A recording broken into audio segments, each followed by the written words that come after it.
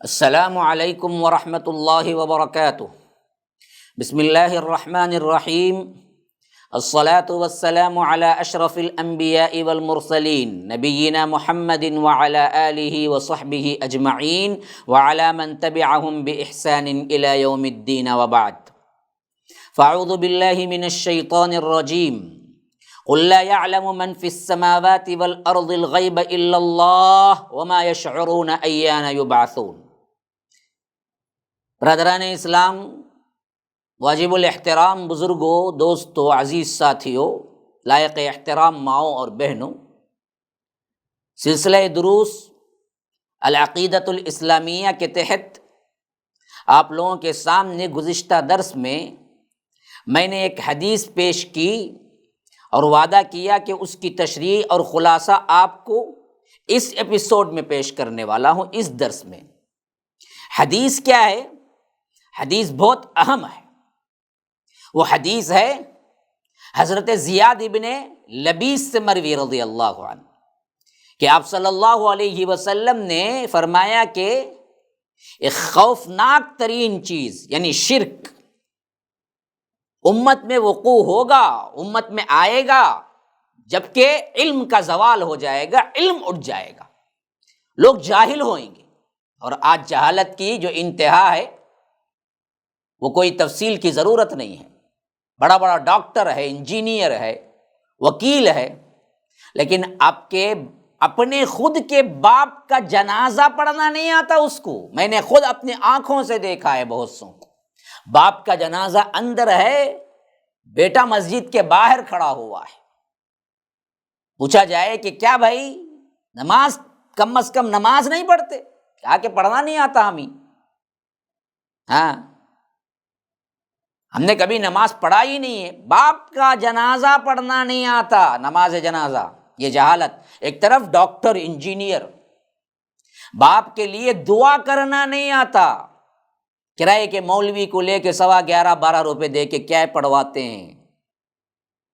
جو دعا اللہ کے رسول نے کہا کہ انفرادی کرو اور اپنے باپ کو، اپنے رشتہ داروں کو جس حق کے ساتھ، جس درد مندی کے ساتھ کوئی کر سکتا ہے، وہ پیسے لے کر کرنے والا مولوی کر سکتا ہے؟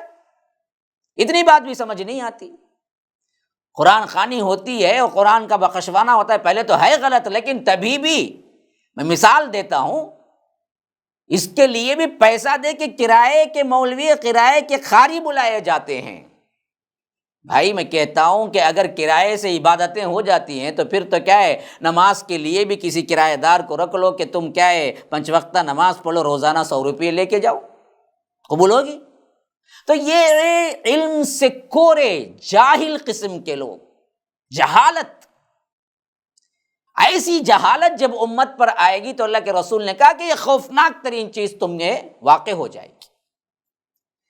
اس بات سے زیادہ تفصیل اور اہم ترین بات یہ ہے اصل میں کہ حضرت زیاد بن لبید نے فرمایا اللہ کے رسول کیسے زوال ایسے ہوگا، جہالت ایسے کیسے طاری ہوگی امت میں، جبکہ ہم قرآن پڑھتے ہیں، بچوں کو پڑھاتے ہیں، وہ ان کو پڑھائیں گے، اور قرآن کیا ہے قیامت تک رہے گا، تو قرآن کے رہتے ہوئے جہالت کیسی؟ تو اللہ کے رسول نے فرمایا کہ زیاد میں تو تمہیں مدینے کے فقیہوں میں شمار کرتا تھا، لیکن اتنی بات نہیں سمجھ پائے تم۔ کیا تم نے نہیں دیکھا کہ آج کے یہودی یعنی اس وقت کے یہودی اور عیسائی تورات انجیل کو نہیں پڑھتے تھے، لیکن اعتقاد کی غلطیاں اور اللہ تبارک و تعالیٰ کے ساتھ شرک، یہاں تک کہ بیٹا بنا دیا۔ یہودیوں نے کہا کہ قالت الیہود عزیر ابن اللہ وقالت النصارى المسیح ابن اللہ۔ یہودی کہتے ہیں کہ عزیر اللہ کے بیٹے ہیں اور نصارہ کہتے ہیں کہ عیسیٰ اللہ کے بیٹے۔ یہاں تک شرک میں کیا ہے، انتہائی گہرائی میں چلے گئے، انتہائی خوفناک ترین شرک کر ڈالا۔ تورات انجیل ان کے پاس بھی تھے، لیکن نہ عمل کیا نہ سمجھ کے پڑھے۔ یہی حال ہوگا، یہ میرے الفاظ نہیں ہیں، یہ اس شخصیت کے الفاظ ہیں جو وحی الہی کے مطابق کلام کرتا ہے، اس کے علاوہ کلام نہیں کرتا۔ وما ينطق عن الهوى، خواہشات نفس میں نہیں بولتے وہ، ان هو الا وحی یوحی، جو بولتے ہیں وہ کیا بولتے ہیں؟ وہی بولتے ہیں. وہ کہتے ہیں کہ یہی حال میری امت کا بھی ہوگا، یہی حال میری امت کا بھی ہوگا. رواہ احمد وابن ماجہ والحاکم ورواہ الترمذی، اور اسی طرح دارمی میں بھی آئی ہے، اور اسی طرح کیا ہے مشکات المصابیح میں بھی آئی ہے. اتنی کتابوں کے اندر یہ حدیث آئی ہے. تو آج سب سے اہم ترین جو شرک کو ہم توحید سمجھیں، وجہ اس کی کیا ہے؟ قرآن پڑھتے ہیں تبرک کے طور پہ، سمجھنے کے لیے کبھی نہیں پڑھا، عمل کرنے کے لیے کبھی نہیں پڑھا، دنیاوی اغراض کے لیے پڑھتے ہیں. آج دیکھیے ہماری فلاں پریشانی ہے، مولوی صاحب ذرا کوئی آیت وظیفہ بتا دیں، میرا بزنس نہیں چل رہا ہے. ارے بدبخت، ہاں برکت سے ہو سکتا ہے، لیکن آیا اس واسطے؟ اصل تو ہدایت کے لیے آیا. ہم کبھی قرآن کی کچھ آیتیں یا کچھ وظیفے یاد ہیں تو وہ بھی اپنے تجارت اور دنیا کی غرض کے لیے ہیں، حرام کاریوں کے لیے ہیں. ہاں، میری محبت ہو گئی کسی لڑکی سے، مولوی صاحب کوئی وظیفہ بتاؤ، وہ نہیں مانتی ہے، وہ بھی مان جائے دل سے. حرام کاری الٹا کیا ہے؟ وظیفہ قرآن سے، نعوذ باللہ. کیا کھیل تماشا بنا رکھا ہے دیکھو شریعت کو. تو اللہ کے رسول صلی اللہ علیہ وسلم نے فرمایا یہی حال میری امت کا ہوگا. تو اب دیکھیے کہ اللہ تبارک و تعالی کی صفت جو عالم الغیب ہونا ہے، اس صفت کو ہم نے اولیاء انبیاء یہ کہتے کہتے پہلے اللہ کے رسول، پھر اس کے بعد انبیاء اولیاء لا کے ایسا عام کر دیا کہ ان کے بڑے بڑے کیا ہیں، جتنے بھی پیر ہیں سب کو عالم الغیب ہو جاتا ہے. جبکہ رب کا فرمان سورۃ النمل کے اندر کیا ہے؟ ہاں 65 آیت نمبر نوٹ کر لیں. قل لا يعلم من في السماوات والارض الغیب الا اللہ وما يشعرون ایان یبعثون. فرمایا جن کے بارے میں تم سمجھتے ہو یہ وہ حاضر ہیں، ناظر ہیں، فلاں ہیں، دل کے اندر کے اٹھنے والے وسوسوں کو بھی یہ جان لیتے ہیں، فلاں ہو جاتا ہے فلاں. تو اللہ کے رسول صلی اللہ علیہ وسلم سے خطاب کر کے خاص فرمایا کہ اے ہمارے نبی آپ کہہ دیجئے آسمانوں اور زمین میں جتنی بھی مخلوقات ہیں وہ عالم الغیب نہیں ہیں، وہ غیب کے جاننے والے نہیں ہیں. ہاں، وہ ناظر نہیں ہے. حاضر و ناظر کا ایک الگ فلسفہ ہے. حاضر یعنی ہر جگہ موجود، یہ لفظی غلط ہے. ناظر دیکھنے والا، رب ہر جگہ دیکھ رہا ہے. ایسے ہی ان کے ولی بھی دیکھ رہے ہیں. نہیں، کوئی نہیں ہے، کوئی نہیں ہے. صرف اتنا نہیں کہا کہ وما یشعرون ایان یبعثون. ان کا تو حال یہ ہے کہ قبروں میں جو ہیں شعور و احساس اور علم بھی نہیں کہ دوبارہ کب اٹھا کھڑا کیے جائیں گے، کب اٹھیں گے. یہ بھی غوث الاعظم دستگیر کو بھی نہیں معلوم ہے، تمہارے کالے شاہ ولی کو بھی نہیں معلوم ہے، موسیٰ شاہ قادری کو بھی نہیں معلوم ہے، حتیٰ کہ کسی اور کو بھی نہیں معلوم ہے. صاف رب العالمین کہہ رہا ہے سورہ نمل کے اندر. اور اسی طرح بہت سی وہ احادیث جو علم غیب اللہ کی صفات میں سے ایک صفت ہے جس کے علاوہ کوئی اس کو حاصل نہیں کر سکتا.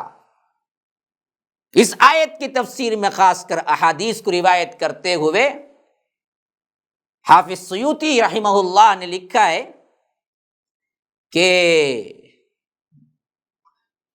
یعنی امام مسروق رحمہ اللہ سے مروی ہے کہ ام المؤمنین عائشہ صدیقہ رضی اللہ عنہا ان کے پاس ٹیک لگائے بیٹھے ہوئے تھے.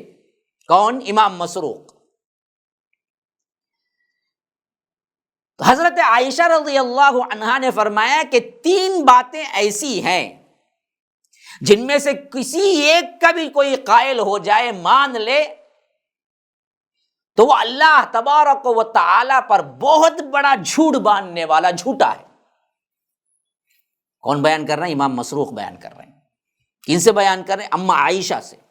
واقعہ کیا ہے؟ کہتے ہیں کہ ہم بیٹھے ہوئے تھے، حضرت عائشہ رضی اللہ عنہا نے یہ کلام شروع کیا اور کیا کہا کہ 3 باتیں ایسی ہیں جس کو اگر کوئی مان لے تو وہ اللہ تبارک و تعالیٰ پر بہت بڑا بہتان باندھتا ہے، جھوٹ باندھتا ہے۔ حضرت مسروق نے پوچھا، اماں وہ کون سی باتیں ہیں جو اتنی بڑی ہیں کہ اگر وہ مان لے تو وہ اللہ پر جھوٹ باندھتا ہے؟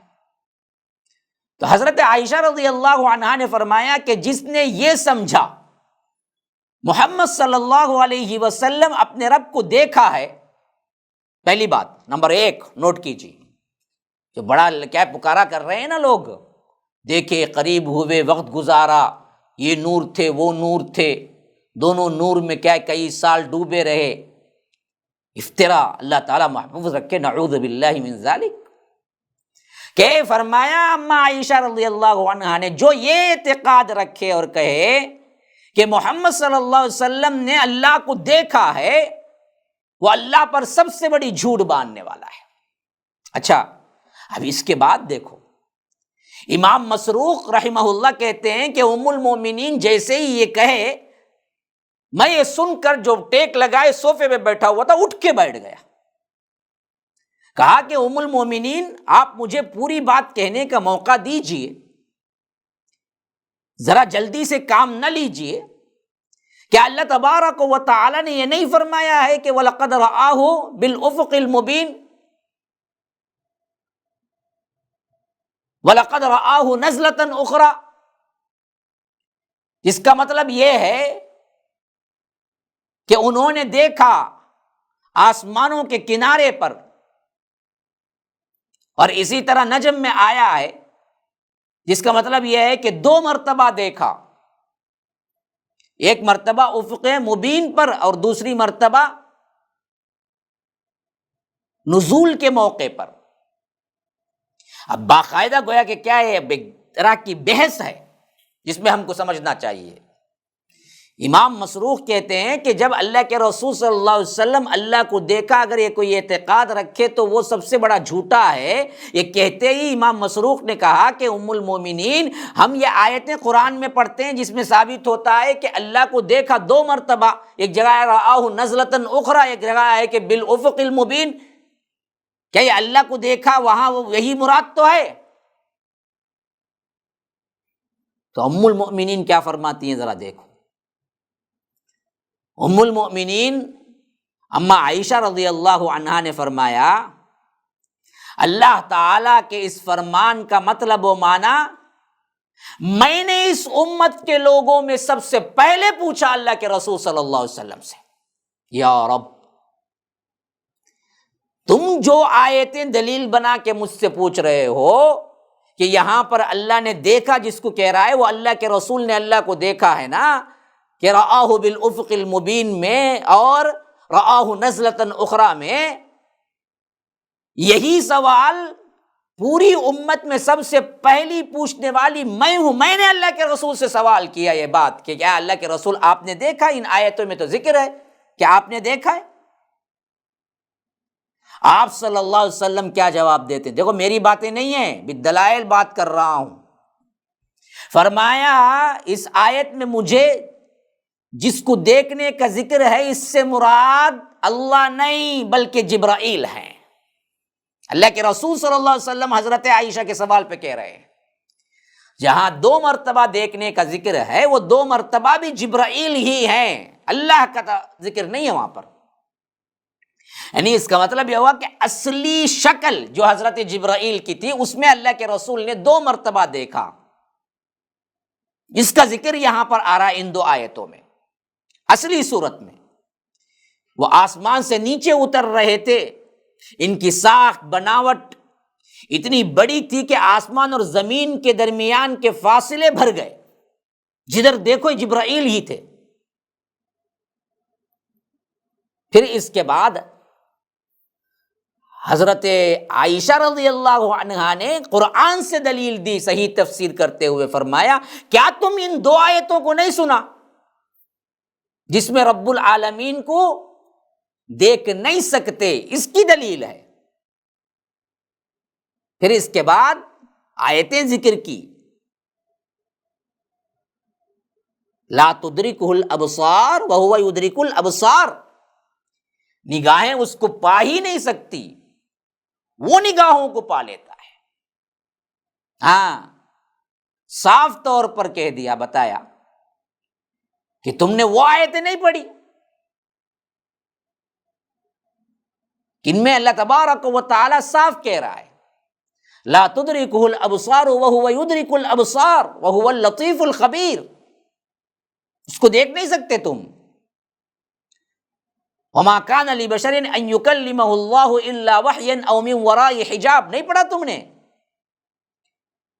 کسی بشر کے لیے یہ کام نہیں، یہ نہیں ہو سکتا کہ اللہ ان سے کلام کرے، لیکن وہ کلام کرتا ہے انبیاء سے، تو کیسے کرتا ہے؟ الا وحیا او من وراء حجاب، وحی کے ذریعے سے یا حجاب پردے کے پیچھے سے۔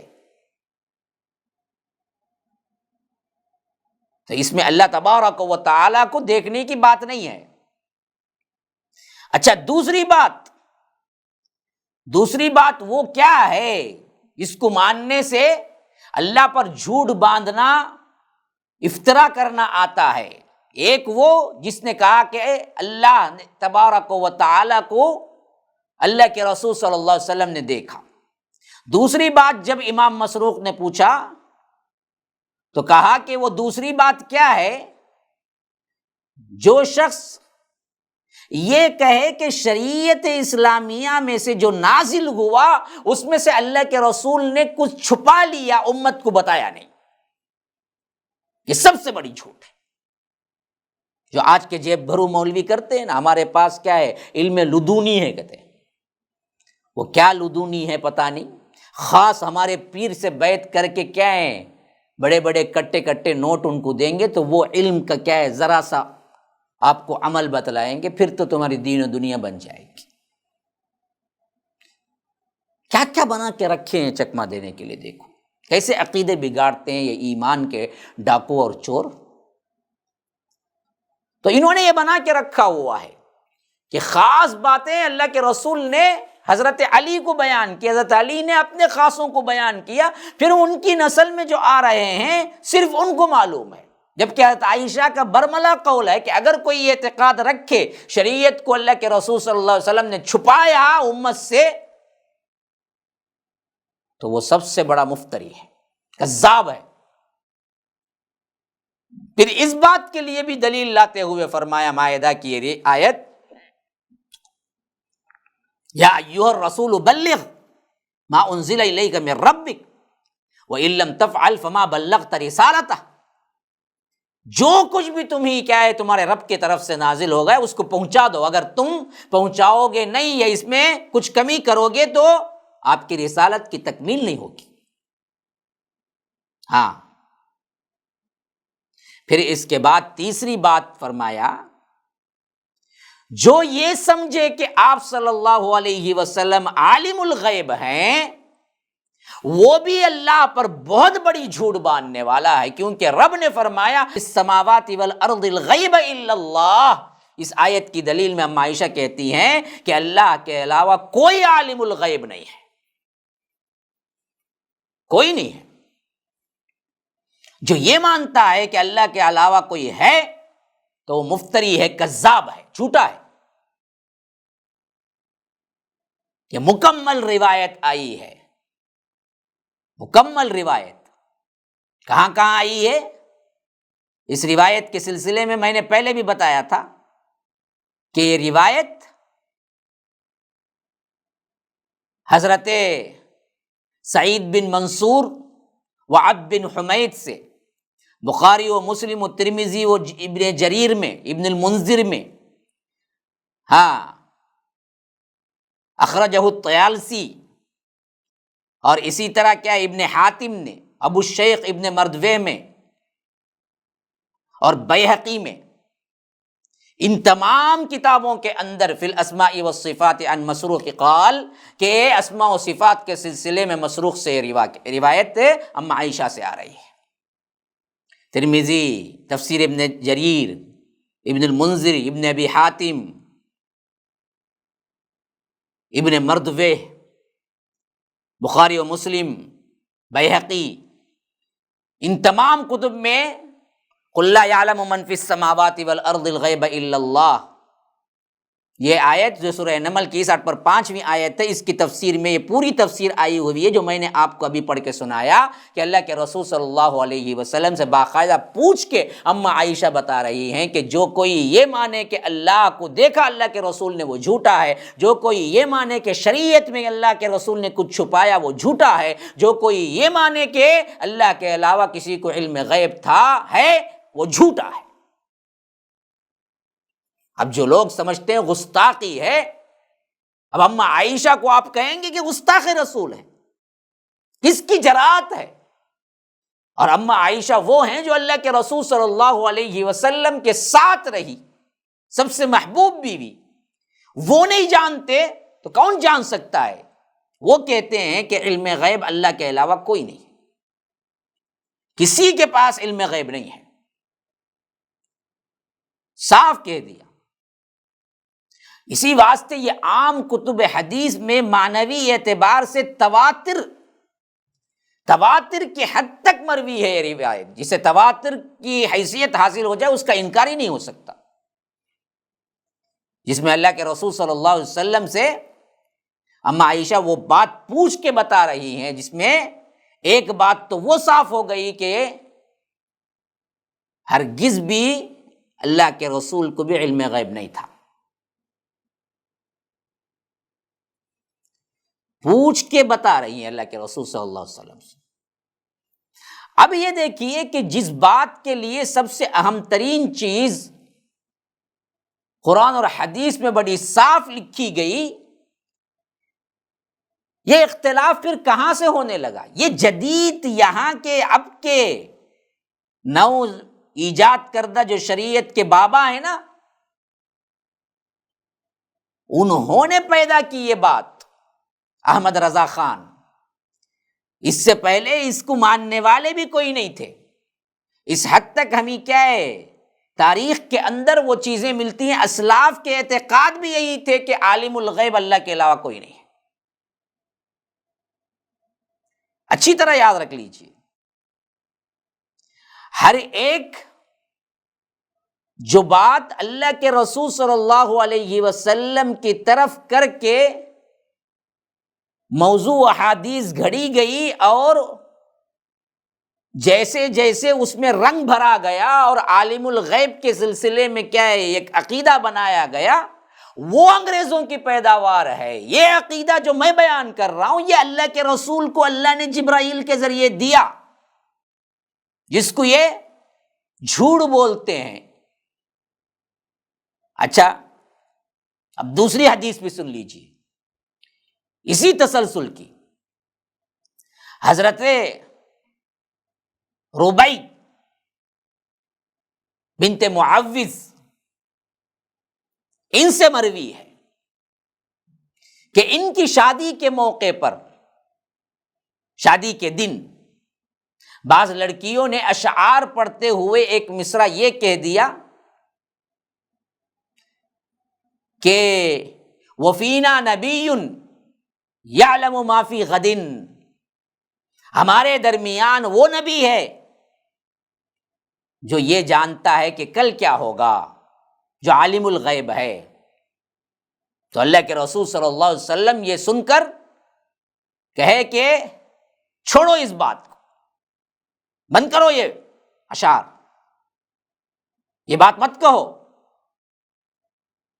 کیونکہ اللہ تعالیٰ کے علاوہ کوئی دوسرا عالم الغیب نہیں۔ لو، خود اللہ کے رسول تفسیر کر رہے ہیں، بتا رہے ہیں۔ یعنی بات ایسی ہے کہ شادی کا موقع ہے، شادی کے موقع پر کیا ہے، چھوٹی بچیوں کا کوئی نظم پڑھ لینا یا دف بجا لینا جائز ہے، شریعت نے اس کی اجازت دی ہے۔ تو ایسی کوئی محفل تھی جس میں چھوٹی بچیاں نظم پڑھ رہی تھی اور نعت پڑھ رہی تھی، سمجھ لیجئے، جب وہ پڑھتی ہوئی یہ الفاظ بھی کہی کہ وفینا نبی یعلم ما فی غد، تو اللہ کے رسول نے کہا کہ دعی ہذی، چھوڑو اس کو،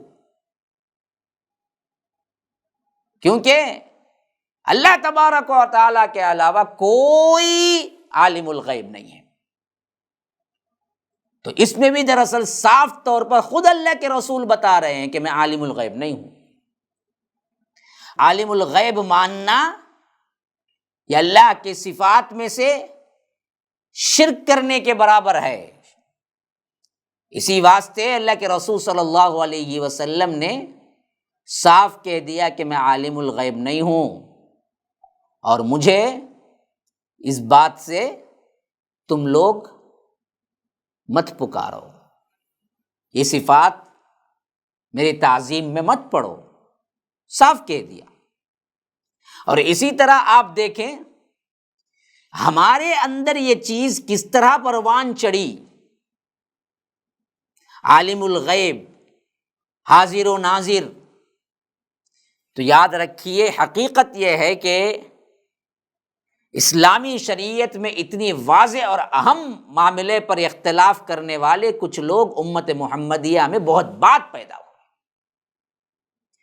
انہوں نے اسلامی تعلیمات کا اتباع کرنے کے بجائے نبوی پیشگوئی جو میں نے ابھی پڑھا کہ میری امت میں بعض جاہل وہ آئیں گے جو شرک کریں گے، اس پیشگوئی کے مطابق غیر مسلموں کے طور طریق اختیار کر لیا، اور رفتہ رفتہ اس قسم کے لوگوں نے بڑھتے بڑھتے ایک مستقل فرقے کی صورت اختیار کر لی، اور اسلامی تعلیمات کے خلاف دوسرے بہت سارے اختراعی اعتقادات اور نظریات اور رسومات اور رواج کا مجموعہ مرتب و مدون کر کے ایک مستقل شریعت ایجاد کر لی، اور اپنی اس اختراعی کارروائی کے باوجود اس فرقے نے اپنے ایجاد کردہ مذہب کا نام سنی رکھ دیا۔ یہ ان کی بیوٹی ہے، یہ ان کا چکمہ ہے، یہ ان کا دجل ہے، یہ ان کا فریب ہے۔ بدبختوں نے تمام برائیاں اور بدعات بدعقیدیوں کا مجموعہ بنا کے نیا ایجاد کیا اور نام رکھا سنی، اور سنی کا مطلب رکھا کہ اہل سنہ والجماعت ہے، حالانکہ نہ سنی سے کوئی تعلق ہے نہ اہل السنہ والجماعت سے ان کے اعتقادات رسومات کا کوئی تعلق ہے۔ سنی مذہب یا الفاظ دیگرے مذہب اہل سنت و جماعت سے منسوب اس نئی شریعت کی تدوین و ترتیب کے لیے مواد اور مسالہ، اگرچہ اس کے بانی و مبانی بذات خود ایجاد و اختراع کیا تھا۔ کون؟